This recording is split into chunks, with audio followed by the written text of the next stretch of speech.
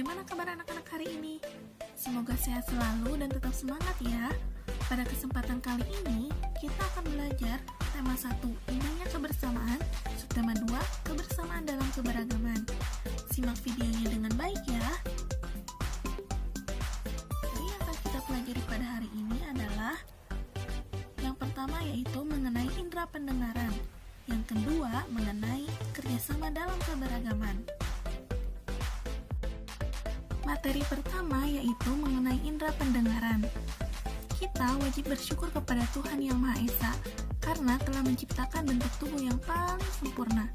Salah satunya adalah kita diberi indera pendengaran atau telinga. Dengan menggunakan indera ini, kita bisa mendengar berbagai suara, seperti suara kicauan burung, suara air mengalir, dan suara musik. Telinga kita hanya mampu mendengar suara yang berfrekuensi antara 20 sampai 20.000 getaran per detik. Apa saja bagian dan fungsi indera pendengaran? Mari kita simak bersama. Telinga terdiri dari 3 bagian, yaitu telinga bagian luar, telinga bagian tengah, dan juga telinga bagian dalam. Telinga bagian luar terdiri dari 2 bagian. Yang pertama yaitu daun telinga. Daun telinga berfungsi untuk menangkap bunyi dari lingkungan. Bunyi ini akan masuk melalui lubang telinga. Selanjutnya, bunyi diteruskan ke telinga bagian tengah melalui saluran telinga luar. Bagian kedua yaitu saluran telinga luar. Sekarang mari kita lihat telinga bagian tengah. Telinga bagian tengah terdiri atas gendang telinga, tulang-tulang pendengar, dan juga saluran eustachius. Fungsi masing-masing bagian yaitu yang pertama, gendang telinga berfungsi untuk menerima getaran bunyi yang ditangkap daun telinga. Tulang-tulang pendengar berfungsi untuk menghantarkan getaran dari gendang telinga ke telinga bagian dalam. Sedangkan saluran eustachius berfungsi untuk menghubungkan telinga bagian tengah dengan hidung dan tenggorokan. Saluran ini menjaga tekanan udara di dalam rongga telinga dan tekanan udara di luar agar selalu sama. Nah, sekarang mari kita lihat telinga bagian dalam. Telinga bagian dalam terdiri atas saluran setengah lingkaran, koklea atau rumah siput, dan juga saraf pendengar. Fungsi masing-masing bagian yaitu saluran setengah lingkaran berfungsi sebagai alat keseimbangan tubuh. Koklea atau rumah siput, di dalam rumah siput terdapat cairan dan rambut-rambut halus. Rambut-rambut halus akan menyampaikan getaran ke ujung-ujung saraf pendengar. Bagian yang ketiga yaitu saraf-saraf pendengar, berfungsi untuk menyampaikan bunyi ke pusat saraf yaitu otak.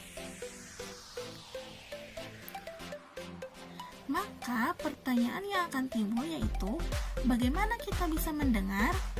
Proses kita bisa mendengar terdiri dari beberapa tahapan. Yang pertama yaitu, daun telinga menangkap gelombang bunyi dari luar, kemudian diteruskan ke bagian telinga selanjutnya. Tahap yang kedua yaitu, gelombang bunyi dari telinga luar diubah menjadi getaran. Selanjutnya, getaran diperkuat dan diteruskan ke bagian telinga dalam untuk diubah menjadi impuls saraf. Tahap yang terakhir adalah impuls saraf diteruskan ke otak sehingga kita merasakan sensasi mendengar dan mengerti maksud dari suara tersebut. Bagaimana anak-anak? Bisa dipahami? Nah, selanjutnya yang akan kita bahas yaitu gangguan-gangguan yang sering menyerang telinga. Di antaranya, tersumbatnya telinga oleh kotoran. Kotoran dan minyak yang dihasilkan kelenjar pada telinga menggumpal dan mengering. Hal ini akan menyebabkan telinga kita menjadi kotor dan akan mengganggu proses pendengaran kita. Gangguan selanjutnya yaitu tuli. Tuli merupakan adanya kerusakan yang terjadi pada syaraf pendengaran. Agar dapat mendengar dengan baik, kita harus menjaga kesehatan telinga. Cara yang dapat kita lakukan untuk merawat telinga yaitu yang pertama, membersihkan telinga dengan teratur. Ingat, Membersihkan telinga harus menggunakan benda dengan permukaan yang halus. Tidak boleh menggunakan benda dengan permukaan yang kasar ataupun tajam. Hal itu akan menyebabkan gendang telinga kita menjadi rusak. Cara yang kedua yaitu jaga telinga dalam kondisi kering. Hindari telinga kita dalam kondisi lembab maupun basah. Segera lap telinga kita agar menjadi kering. Cara yang ketiga yaitu dengarkan musik dengan volume yang sedang. Jangan mendengarkan musik dengan volume yang sangat tinggi. Hal itu akan merusak telinga kita. Cara yang keempat yaitu periksa ke dokter ketika merasa ada gangguan pada telinga. Sekarang kita lanjut pada materi yang kedua, yaitu sama dalam keberagaman. Kerjasama yaitu melakukan pekerjaan yang biasanya dikerjakan oleh sendiri, tapi sekarang dikerjakan secara bersamaan. Manfaat dari kerjasama yaitu pekerjaan yang dilakukan akan menjadi lebih ringan, mempererat tali silaturahmi, dan juga menjalin komunikasi yang baik antar sesama. Contoh kerjasama di lingkungan masyarakat yaitu ronda malam, kerja bakti, dan juga gotong royong. Selain ketiga kegiatan ini, tentunya masih banyak lagi contoh kerjasama di lingkungan masyarakat. Kalian bisa temui di lingkungan masyarakat sekitar kalian. Bagaimana anak-anak? Apakah materi kali ini kalian bisa mengerti? Semoga bisa dipahami ya.